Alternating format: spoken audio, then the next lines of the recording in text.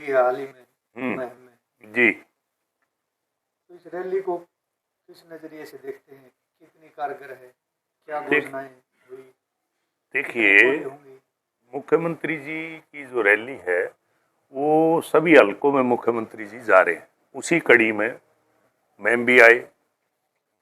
और इस रैली में आप मुख्यमंत्री के प्रति जो आकर्षण है, और संघ परिवार भी लगा हुआ था और रैली हुई। जहां तक घोषणाओं का ताल्लुक है, मुख्यमंत्री पहला मुख्यमंत्री मैंने ऐसा देखा जो झूठ नहीं बेचता, झूठ के लिफाफे नहीं बनाता। और उन्होंने बड़ा स्पष्ट रूप से एक बात कही। उनसे जब ये पूछा गया, ये मांग पत्र रखे गए, तो उन्होंने कहा जी पिछले 11 साल में 1328 करोड़ रुपए 121 मांग मंजूर की गई थी, जिसमें से 105 पूरी होगी। और उन्होंने ये भी स्पष्ट कर दिया कि भाई हमारी पार्टी का ये सिद्धांत है, रिवाज है कि भाई जो चुनाव लड़ता है उसी की जिम्मेदारी हल्के की होती है। तो सीधा सीधा आप लोग जो लगातार ये योद्धा संघर्ष कर रहे थे, 1328 करोड़ का विकास सरकारी आंकड़े वो करवाया। और ये जो 202 करोड़ की जो घोषणा अब पत्थर रखे गए या उद्घाटन करके गए, ये काम भी उसी 1328 करोड़ में है। और उसी 1328 करोड़ में जो 105 काम मंजूर हुए, ये उसी का हिस्सा है। ये जो 202 करोड़ रुपए हैं, ये तो पहले ही दिए जा चुके हैं। और मुख्यमंत्री का जब प्रोग्राम होता है तो पहले मुख्यमंत्री मनोहर लाल जी यहाँ आए, तो 2 महीने पहले मुझे बुलाया गया, मांग ली गई। उन मांगों पर महकमों में भेज के उसकी फिजिबिलिटी चेक करवाई गई कि ये काम हो सकते हैं, नहीं हो सकते हैं, और उसके बाद घोषणाएं की गई।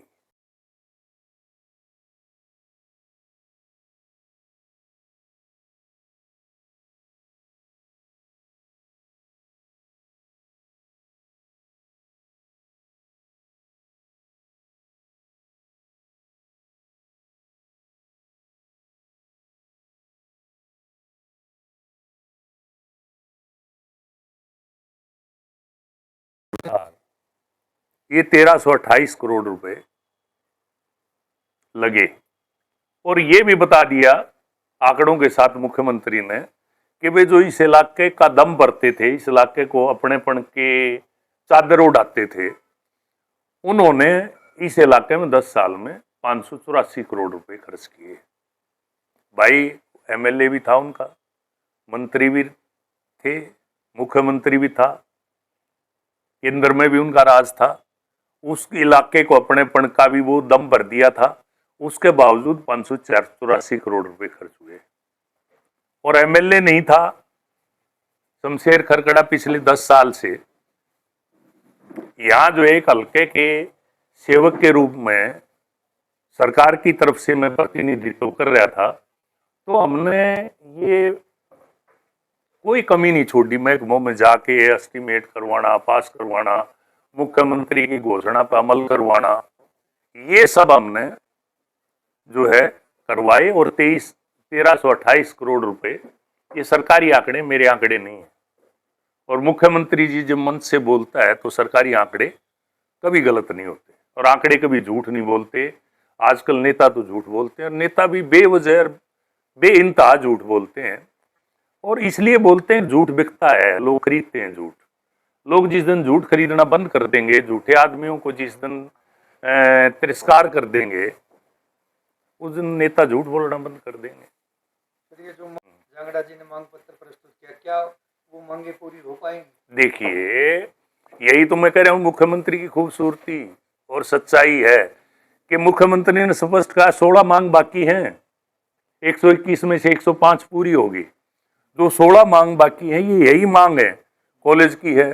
कॉलेज का मैंने यहाँ ITI से और कॉलेज से एफिडेविट दिलवा दिया था, DC को जमीन उपलब्ध करवा दी थी। उसके अलावा सेक्टर का मनोहर लाल जी के टाइम में बढ़ाना चाह रहे थे, उस टाइम जमीन नहीं मिल पाई, क्योंकि अब एक बार तो सरकार करती नहीं, जमीन के लिए लोगों ने पोर्टल पर अपना डाला नहीं कि भाई हम जमीन देने के लिए तेरा। मैंने भी कोशिश की, प्रयास किया, लेकिन नहीं जमीन मिल पाई।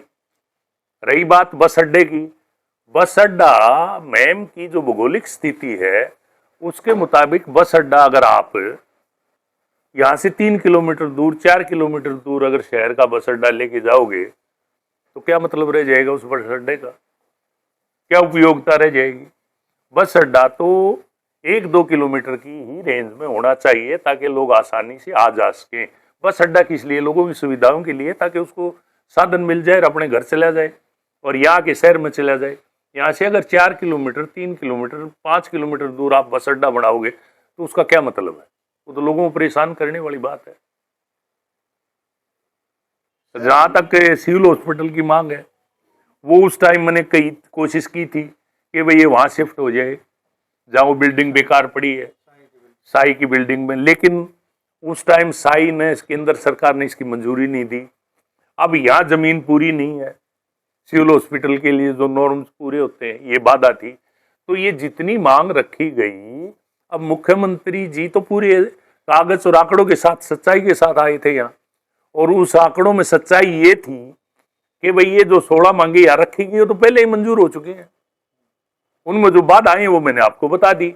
जो ऑलरेडी मंजूर शुदा मांग है, उस मांग पत्र को मंजूर करने का, ना करने का क्या मतलब है? मैं ये समझना चाहता हूं। आयोजक इस बात को बार बार क्यों फैला रहे हैं कि सारी मांग पूरी होगी, सारी मांग पूरी होगी, सारी मांग पूरी होगी। ये 16 मांग जो बाकी हैं, ये मेरे से तो हुई नहीं 10 साल में, लेकिन अब भी कोशिश उन पर जारी है, होंगी, उनमें कुछ होंगी, कुछ नहीं भी हो पाएंगी। तो विकास कार्य ऐसे थे तो उन उद्घाटनों की शिकायत मुख्यमंत्री को की गई थी, उनकी जांच शायद अब भी जारी है, तो वो जांच, ये क्या मामला है? आपने बड़ा पेचीदा सवाल उठा दिया नरवाल जी। मैं ये कहना चाहता हूं कि शिकायत हुई थी आयोजकों की तरफ से कि ये बरादरियों की धर्मशालाएं हैं, इनमें पैसा बर्बाद हुआ और टाउन पार्क में भी पैसा बर्बाद हुआ और तालाब में भी पैसा बर्बाद हुआ। लेकिन उसी बर्बादी की जो शिकायत थी, उन्हीं के पत्थर का उद्घाटन आयोजकों द्वारा करवाना, ये नैतिकता है या नहीं है मुझे तो नहीं पता। मैं तो इस पर कोई टिप्पणी नहीं करूंगा, जनता टिप्पणी करेगी कि ये गलत था या ठीक था। तो स्थानीय विधायक हैं, कांग्रेस से विधायक हैं बलराम दांगी जी, मैं मुद्दे उठा रहा हूँ, जो ये डिमांड है वो मेरी वजह से पूरी होंगी। देखिए, अगर विधायक के विधानसभा में मुद्दे उठाने से काम होते हों तो इस विधानसभा में इसी विधायक को उठा के मार्शल बाहर भी फेंके, उठा के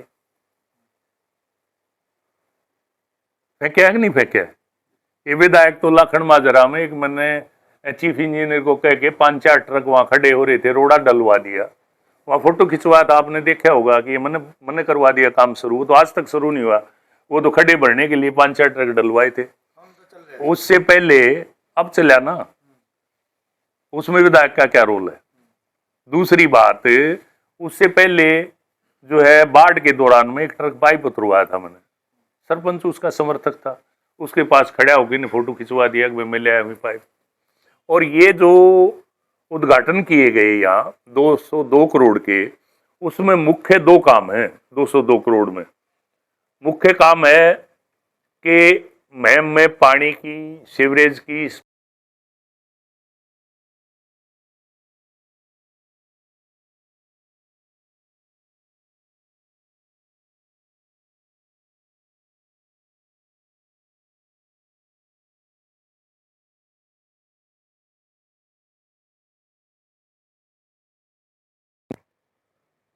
जो वाटर वर्क्स का है, अब जाके उसके टेंडर हुए हैं काम में। अब मैंने जो मांग 2016 में उठाई थी, आज तक 16 मांग बाकी हैं।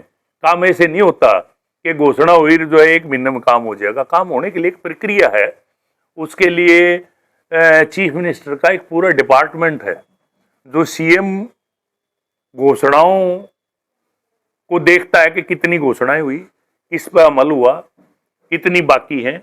और ये खूबसूरती भी बीजेपी के राज में हुई है कि घोषणाओं को इतना गंभीरता से लिया जाता है कि मुख्यमंत्री की कोई घोषणा गलत ना हो जाए। ऐसी घोषणा बीजेपी ने कोई नहीं करी। जैसे भूपेंद्र हुड्डा जी हांसी रोहतक रेल लाइन का 2 पैसे बजट में दिए नहीं और संतरा में जाके पत्थर रखा, और उसका पैसा किसने दिया? बीजेपी सरकार ने, मनोहर लाल जी ने दिया। उसके बाद रेल आई सीटी बाजी। उसके अलावा जो 1328 करोड़ है नरवाल जी, इस 1328 करोड़ में जो लाइफ लाइन है इस इलाके की 152D, जिसकी वजह से आज खरकड़ा गांव में 25 लाख रुपए एकड़ जो जमीन के भाव थे, आज 3.5-4 करोड़ रुपए हो गए। इलाका में कोई किला 1 करोड़ से कम का बचा ही नहीं।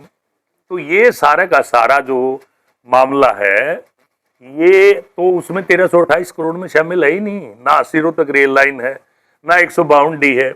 और एक और मेरा सपना है जिसके लिए मैं लगातार निरंतर लगा हुआ हूं, वो सपना है बीकानेर हरिद्वार। और मेरी शुरू से एक सोच रही है कि इलाके का विकास रेल से रोड से होगा। रेल और रोड आएगा तो विकास होगा, वरना तो पलायन शुरू हो गया। मैम में धंधा नहीं किसी दुकानदार के पास, आज बुरी हालत है। ले लेते हैं, इसलिए ले लेते हैं कि शमशेर खरकड़ा उसके लिए काम करता है। शमशेर खरकड़ा ने यहाँ जब मुख्यमंत्री मनोहर लाल जी 2016 में आए, उससे पहले गडकरी जी से 4 बार मिल चुका था, 5 बार मुख्यमंत्री मनोहर लाल जी से मिल चुका था। और सबसे पहले ये जो सोच है, ये महम 24 गामा के योद्धाओं की, आपके मीडिया के साथियों की सोच है, जिसने शुरू से 2009 के बाद मेरे साथ राजाली गोर और हांसी रोहतक रेल लाइन का मुद्दा उठाया। ये राजाली गोर बनी तो ऐसे ही थोड़ी बन गई, ये पंचायती राज के पास थी, ये गोर जो है मार्केटिंग बोर्ड के पास थी, ये पीडब्ल्यूडी के पास था। कुछ इसका टुकड़ा कुछ पे जो है कब्जा हो रहा था, लोगों ने इंक बो रखा था। उसके बाद ये सारी खाली करवाया, सारे की सारी जमीन 5 बार फाइल मुख्यमंत्री के पास गई। मनोहर से बेहतर कोई नहीं है। इस रैली के लिए जो आयोजक हैं, हल्कम 52 पंचायतें हैं। आप गिनने लगोगे तो ज्यादा 20-25 गांव में गए होंगे। चशमदीद हो ना आप। और उन 20-25 गांव में कितने गांव है? 10 आदमी पाए हो आगे, 15 7 और 10 आगे। टोटल जो आयोजक है उन्होंने 500 आदमियों से हल्कम संपर्क नहीं किया कि चलो रैली में। रैली ऐसे नहीं होती। 1 महीना पहले माइक बनते, कई माइक सुने आपने? माइक बंधा, कई मुनादी हुई, कई माहौल बना रैली का। माहौल बढ़ता है, शादी से पहले बाजे गाजे ढोल धमाके जो बजते हैं वो माहौल बनाने के लिए बजते हैं, तो माहौल बना। ये तो रैली की जो इज्जत बची वो आयोजकों की वजह से नहीं, ये तो केवल और केवल मुख्यमंत्री के प्रति लोगों का आकर्षण, उनकी सच्चाई, उनकी ईमानदारी से आकर्षित होकर लोग उस रैली में गए और पूरा संघ परिवार लगा हुआ था।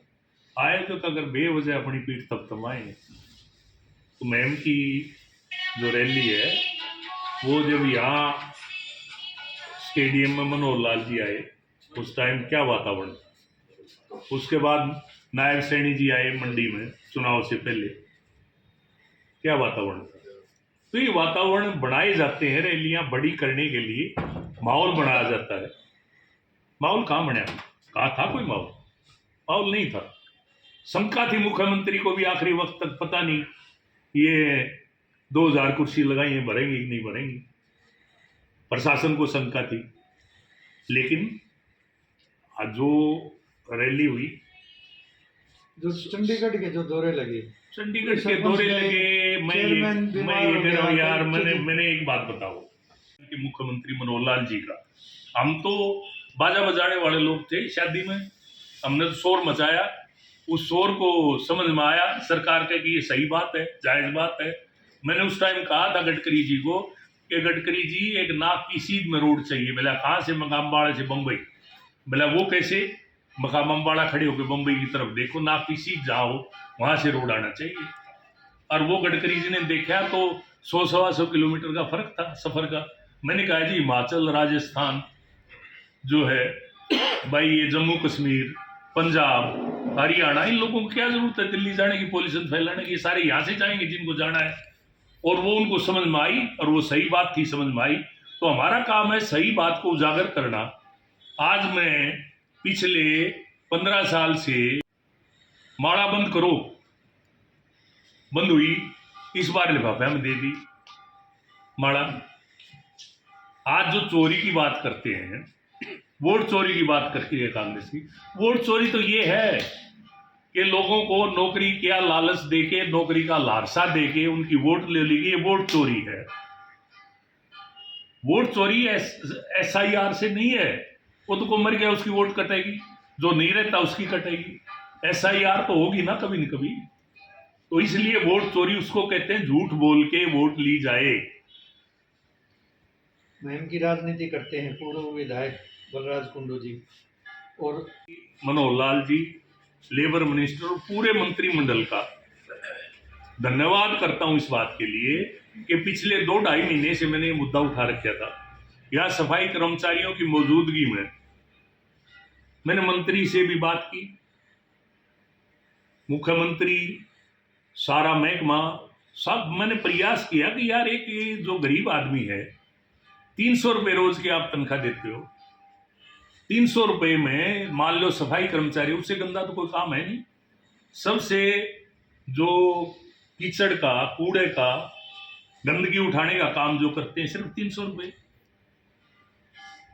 अंत्योदय की बात पार्टी करती है, तो मैंने ये मुद्दा उठाया और नोटिफिकेशन हो गया कल कि भाई 1 अप्रैल से जो अनस्किल्ड लेबर है उसको 15,230 रुपये शायद अनाउंस हुआ है। तो इसके लिए मैं, जो गरीब आदमी के लिए सरकार ने सोचा, इसके लिए मैं पूरे मंत्रिमंडल का और खासकर कृष्ण बेदी का और मुख्यमंत्री नायब सैनी का, इसके लिए मैम 24 ढगामा के योद्धाओं की तरफ से, उन गरीब सफाई कर्मचारी और मजदूरों की तरफ से धन्यवाद करता हूं कि उन्होंने गरीब की आवाज़ सुनी। सर एक बड़ा नैतिकता है शमशेर खरकड़ा। शमशेर खरकड़ा ने ना तो भाजपा छोड़ी, ना आज तक शमशेर खरकड़ा भाजपा से निकाला। ये जो पहली कॉन्फ्रेंस आपने जो बसों को लेके की थी, मैंने उसमें भी स्पष्ट किया, चुनाव के तुरंत बाद जब बस बंद की गई थी और मैंने ये सरकारी बसें चालू करवाई थी, उस टाइम भी मैंने आपको बताया था कि शमशेर खरकड़ा ने ना बीजेपी आज तक छोड़ी है, ना बीजेपी से निकाला गया हूं। लेकिन शमशेर खरकड़ा नैतिकता की राजनीति करता है, सच्चाई की राजनीति करता है। जब शमशेर खरकड़ा की पत्नी ने चुनाव लड़ा है, उसको पार्टी से निकाला गया है, तो मैं, नैतिकता मेरी ये नहीं कहती कि मैं बीजेपी के मंचों से भाषण दूं। और यहाँ तो मंच पर आयोजक जो थे, माड़ा पराने से लेके पगड़ी पराने तक, अगर 100 आदमी मंच पे थे तो उनमें 10 आदमी भी नहीं थे जिनने बीजेपी की वोट दे रखी हो, या तो कांग्रेस की वोट दे रखी थी, या कुंडू की वोट दे रखी थी, या मेरी वोट दे रखी थी। शमशेर खरकड़ा भी तो जाके भाषण दे सकता था। मेरे से पूछा गया 4 दिन पहले, खरकड़ा जी आप आओगे? आज भी मेरे पास प्रदेश कार्यकारिणी का मैं सदस्य के तौर पर मुझे बुलाया जाता है, लेकिन मैं नैतिकता का पुजारी हूं, सच्चाई का पुजारी हूं। और सच्चाई, नैतिकता जिस दिन राजनीति से बिल्कुल समाप्त हो जाएगी, उस दिन ये राजनीति, अच्छी राजनीति का युग समाप्त हो जाएगा। इसलिए शमशेर खरकड़ा जब तक जिंदा है, इस सच्चाई, ईमानदारी की राजनीति के युग को खत्म नहीं होने देगा। इसके लिए निरंतर लड़ता रहेगा, निरंतर प्रयास करता रहेगा। मेरा प्रयास और संघर्ष जारी है। तो आगे क्या? तो मैं चुपचाप काम करता रहता हूं। मेरी जो सबसे बड़ी कमी है, आदमी को पता होता है, मैं झूठी श्रेय लेने की कोशिश नहीं करता। मैं काम करता हूं, काम करना मेरा स्वभाव है। मैंने जो काम किए, 1328 करोड़ रुपए खर्च करवाए हल्का में, इसके ढोल अगर बजे होते, नहीं बजे। आज जो मैंने सफाई कर्मचारियों का 2 महीने से मुद्दा उठाया, इसके कब ढोल बजाए? नहीं बजाए, काम किया, काम होने के बाद आज आपको बता रहा हूँ। इसलिए मैं निरंतर अपना काम करता रहता हूँ और लगातार करता रहता हूँ। मैं आज किसी भी मंत्री को फोन करूँ, मुख्यमंत्री को करूँ, या सरकार के किसी आदमी से संपर्क करूँ, या किसी अफसर से फोन करूँ, तो सही बात है, वो सुनी जाती है। इस सरकार में एक खूबसूरती ये है कि भाई सही बात जो है, जो जनहित की बात है, जो लोगों के हित की बात है, उस पर अमल भी किया जाता है। जैसे ये जो लेबर, सफाई कर्मचारी या दूसरे कच्चे कर्मचारी जिनकी ये बढ़ाई गई न्यूनतम मजदूरी, इस तरह से ये सरकार ने इस बात को माने। हाँ, वाकई में बात ठीक है और ठीक मान ली, इसलिए मंत्रिमंडल ने फैसला करके 1 तारीख से लागू कर दी।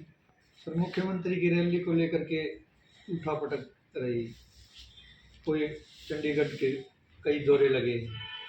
यार, नाम मैं इसलिए नहीं ले रहा कि उन लोगों का मैं सामाजिक रूप से आदर करता हूँ, सम्मान करता हूँ, जिनका आप नाम लेवाना मेरे से चाह रहे हैं।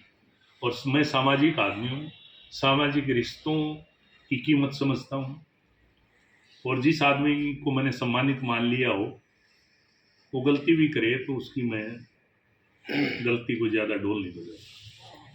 जनता को कैसा पता चलेगा? जनता ने सारा भी है, जनता है, सब जानती है। अब जनता को नहीं पता बसें किसने बंद करी थी, कौन शिखंडी और नटवर लाल था, बताओ, मुझे नाम लेने की क्या जरूरत, पता है ना। अभी प्रेस कॉन्फ्रेंस में शमशेर कटरा जी, आपने बहुत सारे आरोप लगाए हैं। किस पर लगाए? जिस टाइम पे कब लगाए? अभी मैंने लगाने तो कोई आरोप नहीं लगाया। नहीं, आरोप प्रत्यारोप नहीं, आपने कोई आरोप नहीं लगाए मैंने तो सब सिर्फ तो मेरे से सवाल पूछे, उसके जवाब दिए। कोई अरे और शमशेर खरकड़ा ने अपनी पूरी जवानी लगा दी लोगों को जागरूक करने के लिए। इस बात का मुझे गुस्सा भी आता है। अरे मैम, मैं कोई बाथरूम नहीं था, कोई महिला अगर गलती से पेशाब करना पड़ जाए, था कोई बाथरूम कांग्रेस के राज में? मैं जो अपनेपन का दावा करती है कांग्रेस, था कोई बाथरूम? आज चारों तरफ बाथरूम है, हर पार्क में बाथरूम है, बस अड्डे में बाथरूम है, और उन बाथरूमों में सफाई कर्मचारी हैं, सफाई करते हैं। आज जो सबसे पहले मुझे मुद्दा उठाना चाहिए था, वो आपने रैली में ले गया। सबसे महत्वपूर्ण आज का जो मुद्दा मैंने प्रेस कॉन्फ्रेंस बुलाई थी, वो ये थी कि आज मैं कृष्ण बेदी वो झूठ बेचने में कामयाब हुआ बसों के नाम पे, और एक बार हारते हुए बस हटा दी। और इन बसों का भी एक मैं आपको बताता हूं कि चुनाव से पहले नायब सैनी जी से मिलके मैंने ये सारे रूटों पे जहां जहां इसकी बस चलती थी वो मंजूर करवा दी थी, और उस सामान से कॉलेज में लड़कियों के लिए एक बस का रात उद्घाटन भी कराई थी।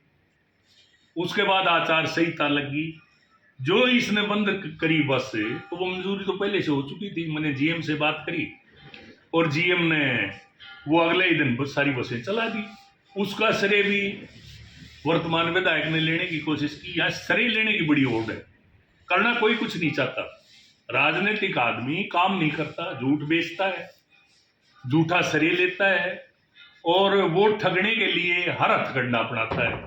तो वोट की ठगी, वोट की झूठ बोल के वोट किसी की ले लेना, ये वोट चोरी नहीं तो और क्या, यही है वोट चोरी। क्यों शोर मचाते फिर रहे राहुल गांधी, वोट चोरी वोट चोरी? वोट चोरी तो हरियाणा में हुई ना, सारे हरियाणा में नौकरियां बांटी गई, सारे हरियाणा में एक एक घर में 3-3 नौकरियां दे दी। ये वर्तमान विधायक के पिताजी ने, वर्तमान विधायक ने इस बार। तो इसलिए ये सारा का सारा झूठ है, झूठ फैलता है। अच्छा, एक और झूठ, आप भी उसके गवाह होंगे। एक झूठ आया इसी शिकायत का, जिसका आप जिक्र कर रहे हो, मुझे याद आ गई, भूल जाता हूं, कि वो एक यहाँ का जो चेयरमैन है, कबाड़ी है, उसने पुराना सरिया लगा दिया तालाबों में, जंग लगा हुआ। कोई भी चेयरमैन म्युनिसिपल कमेटी का, नगर परिषद का, नगर निगम का सरिया लगाने के उसके पास इख्तियारात ही नहीं है काम के, उसके पास कोई इख्तियारात नहीं है। उसका काम है ये कहना जी ये कर दो बस। उसके बाकायदा ये जहां तक तालाबों का सौंदर्यीकरण है, इसका पैसा किसका? हरियाणा सरकार का। नक्शे किसने बनाए? हरियाणा सरकार ने। डिजाइन किसने बनाया कि भाई ये बनेगा कंक्रीट का बनेगा या ईंटों का बनेगा, किसने बनाया? हरियाणा सरकार ने। टेंडर ऑनलाइन किसने किया? हरियाणा सरकार ने। उसके बाद वो ठेकेदार ने काम किया, किसने करवाया? उसकी सुपरविजन किसने करी? हरियाणा सरकार ने, महकमे ने। उसके बाद उसकी पेमेंट हुई, एमबी भरी, किसने करवाई? सरकार ने। उसके बाद ये शिकायत जब मनोहर लाल जी के सामने आई, मीटिंग थी रोहतक, मैंने कहा मुख्यमंत्री जी यह तो शिकायत करने वाला झूठा, या आपके राज में ये इतना नाक के नीचे घोटाला हो रहा है, इसकी जांच होनी चाहिए। मुख्यमंत्री जी सुबह आए, जांच हुई, सीबीआई की जांच हुई, और सीबीआई की जांच में ये पाया कि ये काम बिल्कुल साफ सुथरा है, इसमें कोई गड़बड़ी नहीं हुई। उसके बावजूद भी अगर कोई झूठ बेचे, आज भी झूठ बेचे कि भाई तो सरिया था, कबाड़ी का सरिया था, तो यहाँ कुछ एक लोग सोशल मीडिया पत्रकारिता के नाम पर ब्लैकमेलिंग कर, ब्लैकमेलिंग क्या कि वो जो भी चेयरमैन था पिछला, उसको अपने दबाव में लेके कैसे निचोड़ा जाए। अब वो निचोड़ा नहीं निचोड़ा भाई मेरे तो बस का है नहीं, नंबर 1। नंबर 2, आज ब्लॉक समिति में जो घोटाले की शिकायत हो रही है, उसकी जांच क्यों नहीं करवाई जा रही? क्यों? क्योंकि निचोड़ लिया जो निचोड़ना था। आज मैम में यार नरवाल जी मुझे अफसोस कर दिया कि भाई हमारी पार्टी का सिद्धांत है, हमारी पार्टी की नीति है, हमारी पार्टी की रिवाज है कि जो भी चुनाव लड़ेगा उस हल्के की जिम्मेवारी उसी की। पहले शमशेर खरकड़ा ने लड़ा था, शमशेर खरकड़ा की जिम्मेवारी थी।